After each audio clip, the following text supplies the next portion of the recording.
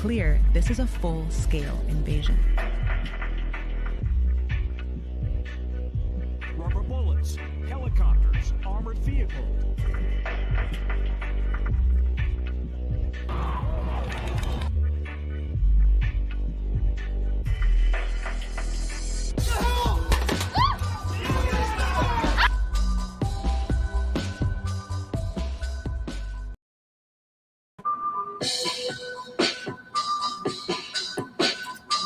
You are tuning into Revolution Newslink, linking information, experience, revolutionaries, and making it mainstream. I'm your guy, John Tell. Please hit the like button and share this stream. Follow us on all our platforms: Facebook, YouTube, Instagram, Twitter, Spotify, and coming soon, Apple Podcasts. Donate to us at Venmo, the Leon Block IMG, Cash App, the Leon Block. Let's get started. Here's what's on the table. A new report by the Interior Department has documented the deaths of 500 indigenous children at Indian boarding schools run or supported by the federal government in the U.S. But the actual death toll is believed to be far higher. The report also located 53 burial sites at former schools. The report marks the first time the agency has documented some of the dark history at the schools, known for their brutal assimilation practices,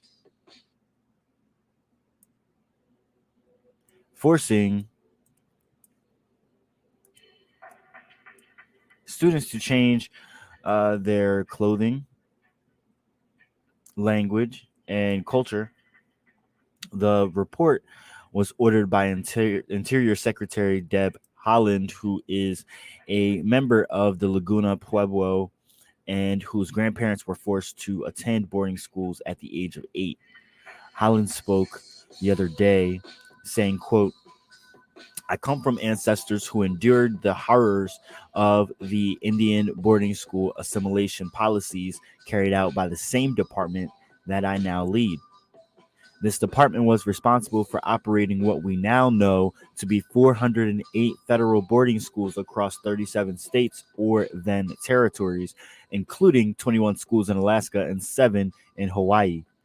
Now we are uniquely positioned to assist in the effort to recover the dark history of these institutions that have haunted our families for too long," end quote. The Meteorological Organization has warned that there is a 50% chance average global temperatures will temporarily reach 1.5 degrees Celsius above pre-industrial levels at some point in the next 5 years. Climate negotiators have long aimed to keep global warming at or under the threshold, which is the equivalent of 2.7 degrees Fahrenheit. Israeli forces in the occupied West Bank shot and killed Shireen Abu Akleh, a veteran Palestinian-American journalist working for Al Jazeera, as she covered an Israeli army raid in the Jenin refugee camp earlier. And that's according to Al Jazeera and the Palestinian Health Ministry. Video released by Al Jazeera shows the moments after she was shot in the head. A spokesperson for the Israeli army told a military radio station Abu Akleh was likely killed by Palestinian fire, though he offered no evidence. Al Jazeera's Jerusalem bureau chief said Abu Akleh was targeted by direct shot from an Israeli sniper. A second Palestinian journalist, Ali Al-Samudi, was hospitalized in stable condition after he was shot in the back. Speaking from a hospital in Jenin, Al-Samudi said he was among 4 journalists pinned down by Israeli snipers. He says, quote, "The occupation is murderous and criminal. They shot us for no reason. We, a group of journalists, were there wearing our full press uniforms, in addition to the helmets with the word press written on them in large letters as big as the whole world. We were obvious," end quote. In a statement, Al Jazeera said it holds the Israeli government and its troops responsible for the killing, condemning it as a heinous crime which intends to only prevent the media from conducting their duty. U.S. Ambassador to Israel Tom Nides called for an investigation, tweeting that he was very sad to learn of the death of American and Palestinian journalist Shireen Abu Akleh. Israel forbids public displays of Palestinian flags and routinely intervenes against those who parade them at demonstrations or protests. TV images showed Akleh's coffin nearly falling to the ground as Israeli police grabbed the flags from the crowd around the procession outside the hospital. Police say they wanted the crowd to stop quote unquote nationalistic songs and were forced to act as violent rioters, supposedly, were trying to disrupt the proper course of the funeral. Prominent Palestinian figure Hanan Aswari said the raid on pallbearers showed Israel's inhumanity. Akleh's body was then transferred by vehicle to Jerusalem's Old City, where a short church service moved. Where after a short church service, it was moved towards the cemetery, where thousands of Palestinian mourners attempted to follow the coffin towards the cemetery just outside the walled Old City. Police briefly attempted to prevent the crowd from passing through the gate, but ultimately relented, allowing thousands to stream toward the gravesite and did not intervene as Palestinian flags were waved during the march. For more of this article, check our Facebook page. So, in the nation's capital, protesters marched to the Supreme Court in the rain while chanting, "We will not go back," and "Abortion is a human right." In New York, thousands crossed the Brooklyn Bridge, and in Los Angeles, demonstrators filled a park near City Hall to show their support for abortion rights. Thousands of protesters converged in cities and towns across the country after the leak of a support draft opinion that would overturn Roe v. Wade. Gathering near the Washington Monument, some wore shirts that read "Bands off our bodies" and "Keep abortion safe and legal." You can check our Facebook page for tons of photos from rallies and protests around the country. People vowed to fight to preserve abortion rights, even as some accepted that Roe would most likely be overturned.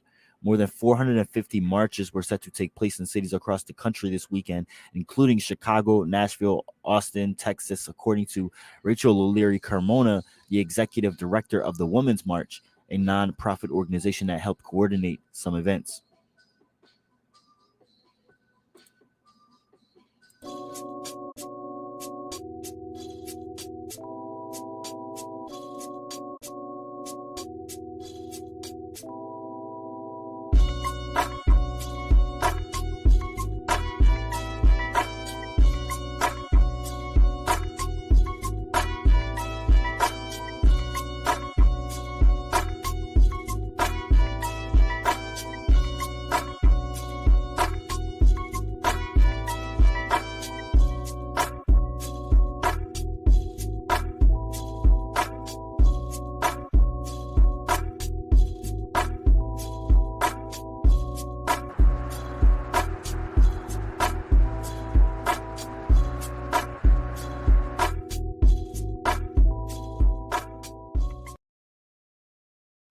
An increasing number of Black men are dying from sleep apnea, according to a University at Buffalo Catholic Health System study.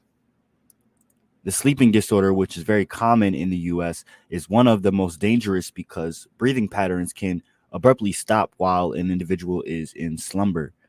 Researchers Yu-Chi Lee, Kuyang Chang, and M. Jeffrey Mador obtained trends related to sleep apnea over 2 decades to compare statistics between Black and white Americans. For more of this article, check our Facebook page.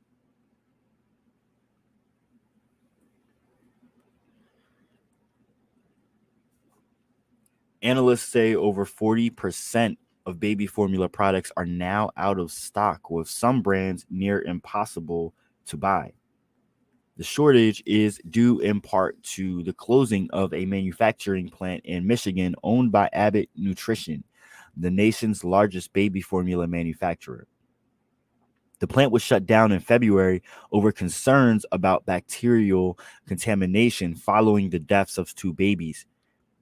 A former worker at the plant had warned the Food and Drug Administration about the problems at the plant in October, months before the babies died, but the FDA did not interview the whistleblower until December and didn't inspect the plant until the end of January. The whistleblower had been fired by Abbott after raising concerns internally about safety issues at the plant. In Florida, a state judge has blocked an effort by Governor Ron DeSantis and Republican lawmakers to remake Florida's congressional map in a way that critics say is designed to curtail Black political power in Florida. State Judge J. Lane Smith, who was appointed by DeSantis 2 years ago, criticized the map, saying it dismantles the ability of Blacks to elect candidates of their choice. In Sri Lanka, President Gotabaya Rajapaksa has ordered troops to shoot to kill anyone spotted damaging public property. The order failed to stop a second night of protests calling on Rajapaksa to resign. Protesters have burned down the homes of dozens of politicians, including a luxury holiday resort owned by the president's nephew. At least 8 people have been killed since government supporters attacked protesters on Monday, and more than 200 others have been injured. Billionaire Elon Musk said Tuesday he's prepared to reverse Twitter's ban on Donald Trump once his $44 billion purchase of the social media company is complete. Musk spoke at an event hosted by the Financial Times newspaper. He says, "It is not correct to ban Donald Trump. I think that was a mistake because it alienated a large part of the country and did not ultimately result in Donald Trump having a voice. I think it was morally a bad decision, to be clear, and foolish in the extreme." Twitter banned Trump after the Capitol insurrection on January 6th, citing the risk he would further incite violence ahead of Biden's inauguration. In a statement, Citizens for Responsibility and Ethics in Washington said, quote, "Giving someone who tried to overturn an election and helped incite an insurrection a major forum to continue undermining democracy is dangerous," end quote. But ACLU Executive Director Anthony Romero said Trump should be allowed back on Twitter, writing, "Like it or not, President Trump is one of the most important political figures in this country, and the public has a strong interest in hearing his speech."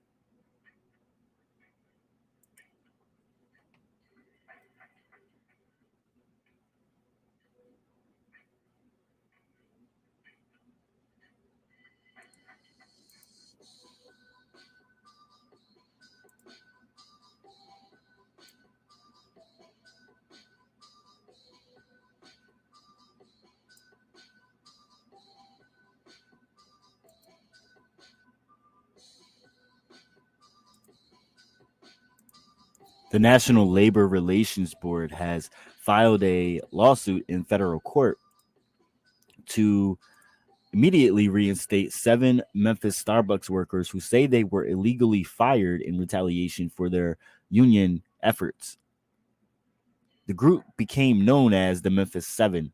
This comes as the NLRB issued a complaint against Starbucks for 29 unfair labor practice charges, including over 200 violations of federal workers' protections stemming from retaliation claims made by the members of the Starbucks Workers United in Buffalo, New York, where Starbucks Workers Union organizing effort began back in August. Workers at a Target in Christiansburg, Virginia, have filed for a union election with the NLRB. Workers at about a half dozen other Target stores across the country are looking to unionize. Delaware State University is denouncing the treatment of its women's lacrosse team after their bus was pulled over by sheriff's deputies in Georgia and their belongings searched with a drug-sniffing dog. The university, which is a historically black institution, says the team was racially profiled. The stop took place in April as the team drove back to Delaware after a game in Florida. The president of Delaware State University, Tony Allen, said the incident left him feeling incensed. He said in a letter to the campus community, "To be clear, nothing illegal was discovered in this search, and all our coaches and student athletes comported themselves with dignity throughout a trying and humiliating process." He also added, "We do not intend to let this or any other incident let it pass by idly. We are prepared to go wherever the evidence leads us. We have video, we have allies, perhaps more significantly, we have the courage of our convictions." Sundiata Acoli, the oldest former member of the Black Panthers still incarcerated, will be released from prison after nearly a half century. He is 85 years old and suffers from dementia. The New Jersey Supreme Court, on Tuesday ruled that Akoli is not at risk to public safety. He was convicted of killing a state trooper on the New Jersey Turnpike in 1973. Akoli has long said police ambushed his car, which was also carrying two fellow members of the Black Liberation Army, Zaid Malik Shakur, who was shot to death, and Assata Shakur, who was imprisoned over the incident but later escaped to Cuba, where she has political asylum.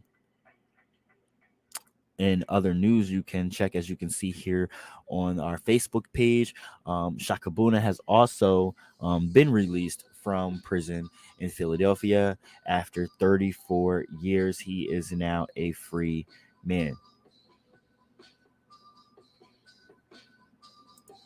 On Democracy Now!, there was a segment with Nick Estes about boarding schools in America. Nick Estes is a writer, historian, author, and of the book Our History is the Future, Standing Rock versus the Dakota Access Pipeline, and the Long Tradition of Indigenous Resistance. He's also the co-founder of the indigenous resistance group, the Red Nation, and a citizen of the Lower Brule Sioux tribe. Nick talks about one particular Indian boarding school, the Carlisle Indian Industrial School in Carlisle, Pennsylvania, that was opened in 1879. He talks about that as an example of what took place around the country. Carlisle, Pennsylvania really became the archetype of off-reservation Indian boarding schools. And in fact, the Carlisle Indian School, the first classes that entered were from the Lakota people, my nation, from specifically the Pine Ridge and Rosebud agencies, because we had put up a historic resistance against the Dawes Allotment Act, and it was a way to essentially break the tribal bonds of our people. The first classes that went to the Carlisle Indian School, according to the testimony of Luther Standing Bear, who was part of that first incoming class, half of them didn't even return home. Many of them died at that school, so it's kind of a misnomer to actually call these educational institutions or schools themselves when you didn't have very many people graduating, let alone surviving the dire conditions of those schools. And in the report, they document forced labor. The unpaid labor of Native children was used to essentially subsidize the lack of resources that the federal government was not providing to Indian education at the time, too. So it was a horrific experience for those who didn't make it out, but it was also a horrific experience for those who did make it out. And to this day, at the entrance of the Carlisle Indian School, there's a cemetery of hundreds of gravestones, and many tribal nations, including the Rosebud Sioux tribe, have been working on returning their ancestors. Some of them have been successful. It's an active military base, and I think that's important to point out too.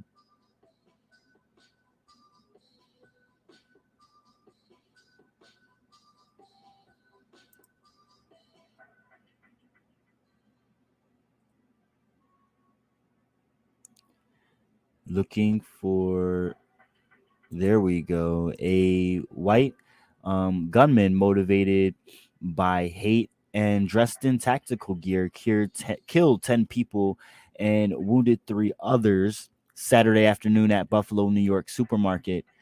The suspect, an 18-year-old man, shot 13 people, 11 of whom are black and 2 are white, at the Tops Friendly Market.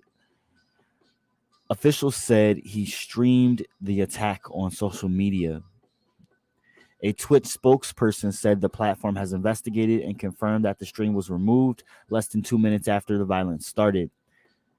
An Erie County Sheriff, John Garcia, said at a news conference that this was pure evil and, quote, straight up racially motivated hate crime from somebody outside of our community, outside of the city of good neighbors. And as the mayor said, coming into our community and trying to inflict evil upon us, end quote. An apparent manifesto with the suspect's name, a shared birthday, and biographical details in common with the suspect was posted on Google Docs on Thursday night. In it, the shooter claimed to have been radicalized online and appears to adhere to the false replacement theory, which has been used by white killers to justify violence against Muslims, Latinos, and Jewish people around the world.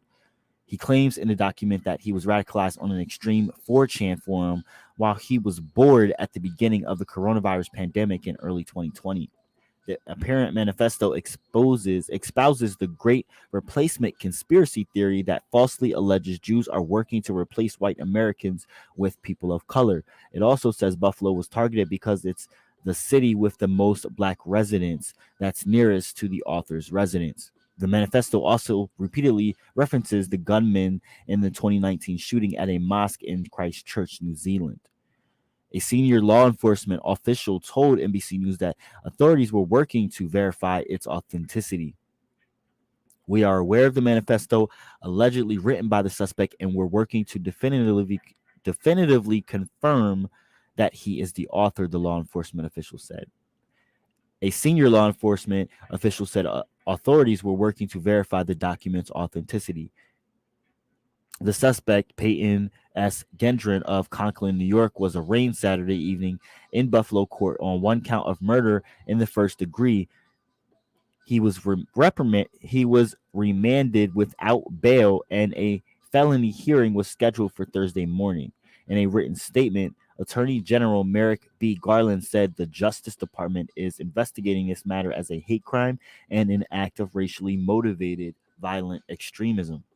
The Justice Department is committed to conducting a thorough and expeditious investigation into this shooting and to seeking justice for these innocent victims.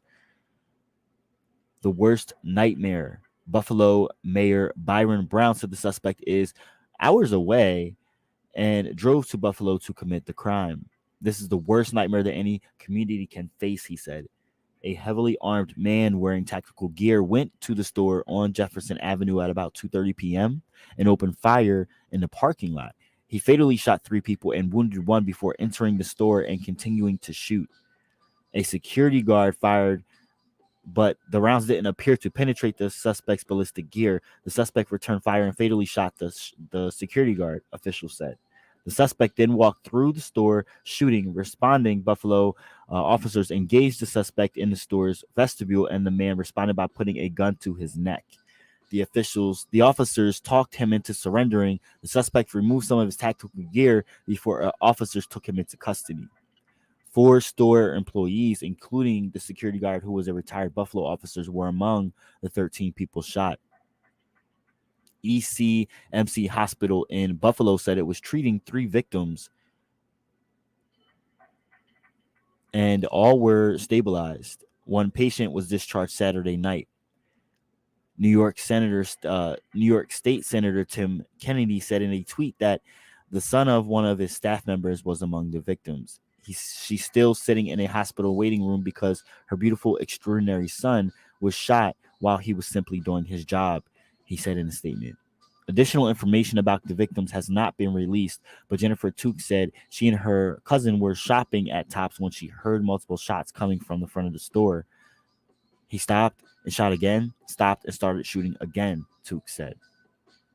She said she ran to her car, passing 3 bodies in the parking lot, and called her cousin who was hidden in the freezer until the shooting stopped.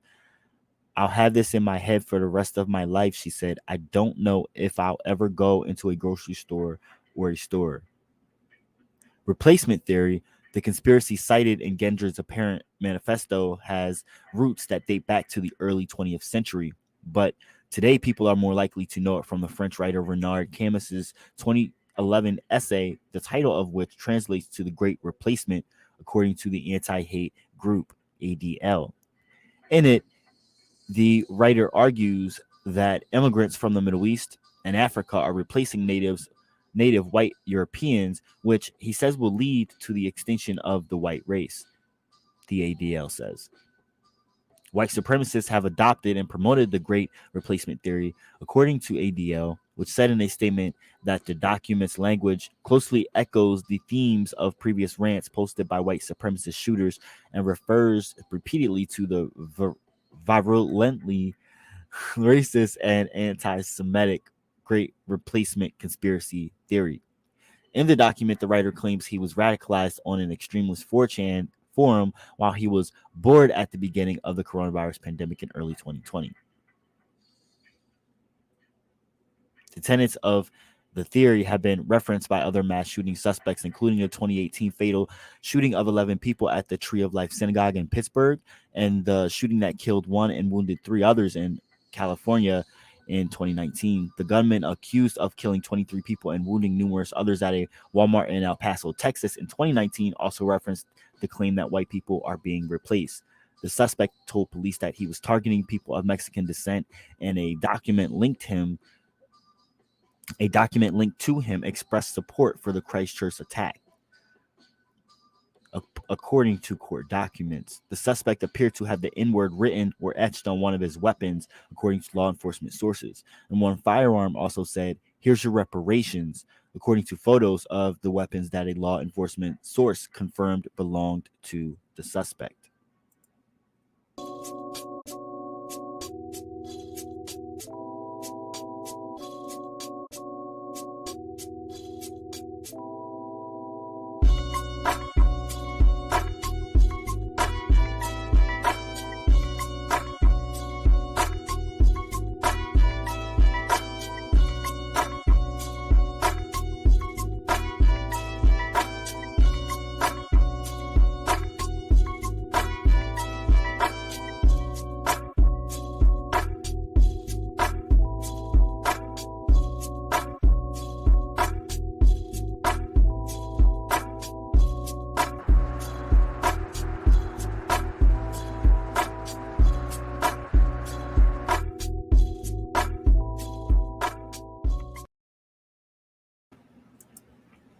Israel's blockade has caused occupied Gaza billions since 2007, and activists call it collective punishment. For more on that article, you can go over to our Twitter page. Shocking footage of the police repeatedly punching a protester in the head after an immigration raid in Dalston. That footage is on our Twitter as well. And according to the Washington Post, a study suggests modern shipping is killing far more of the endangered species than previously thought. Congress allocated less than 1/3 of the international climate funding it pledged this spring, even as billions in military aid flowed to Ukraine. That has left leaders in global South nations frustrated. And more than 40,000 pages of previous manuscripts documenting centuries of Timbuktu's history and culture have been digitized and made available for the public for the first time.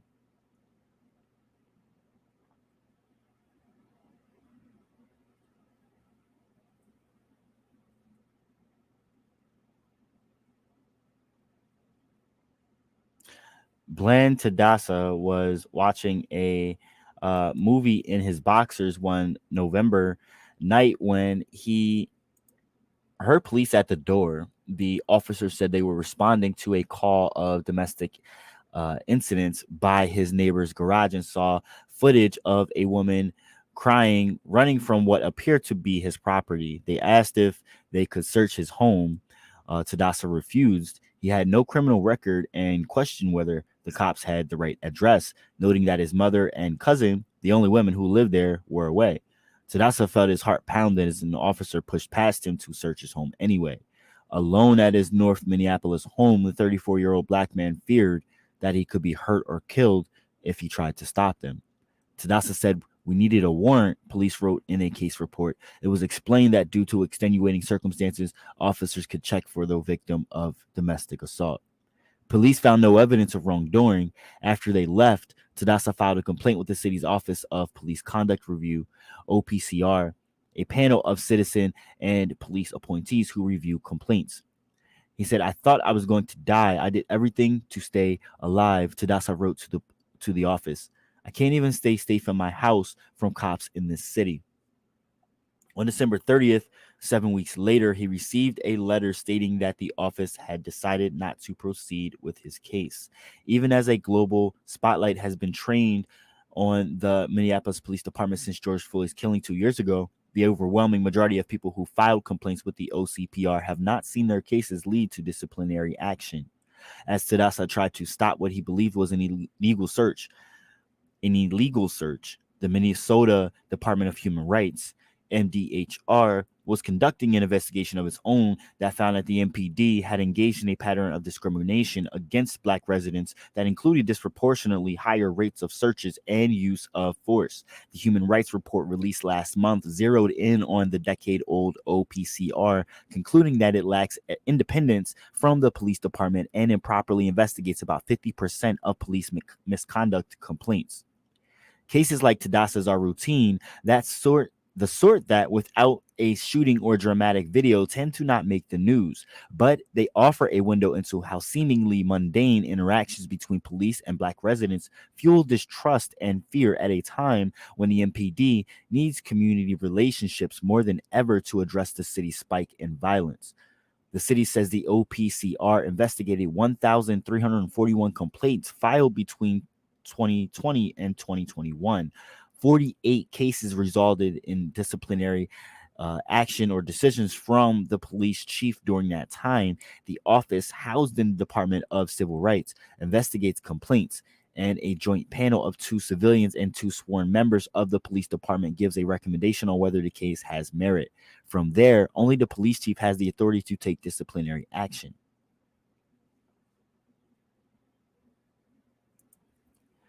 The U.S. faces an uphill task presenting itself as the chief guardian of global democracy, according to a new poll that shows the U.S. is seen around the world as more of a threat to democracy than even Russia and China.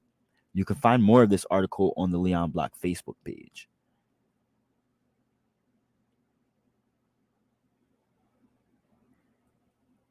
So Nakba Day is honoring Shireen Abu Akleh's memory and all the Palestinian martyrs in Washington, D.C. at 1:30 p.m. A memorial will be erected for Shireen at the protest. Bring flowers, cards, wear black or red, and just come. Be many.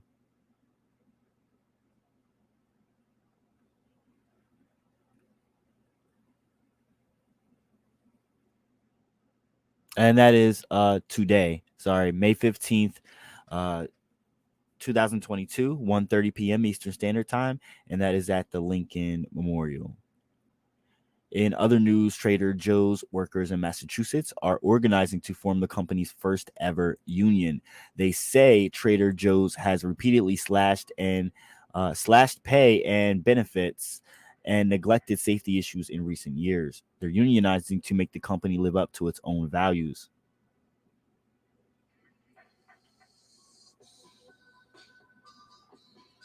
Be sure to check all of our other platforms. This is our Twitter.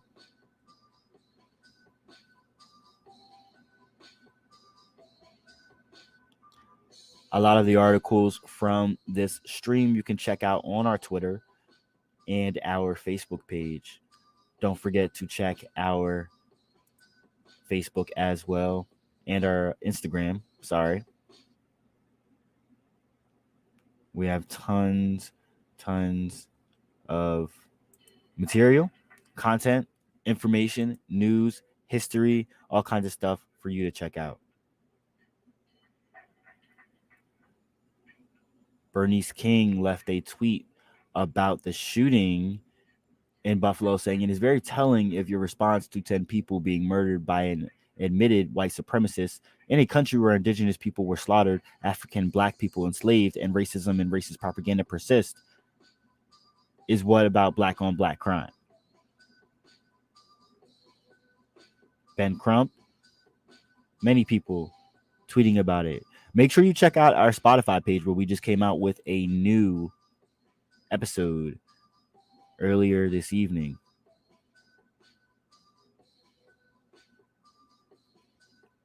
Footage on our Twitter from Shaka Buna getting released from prison, reunited with his mother and family.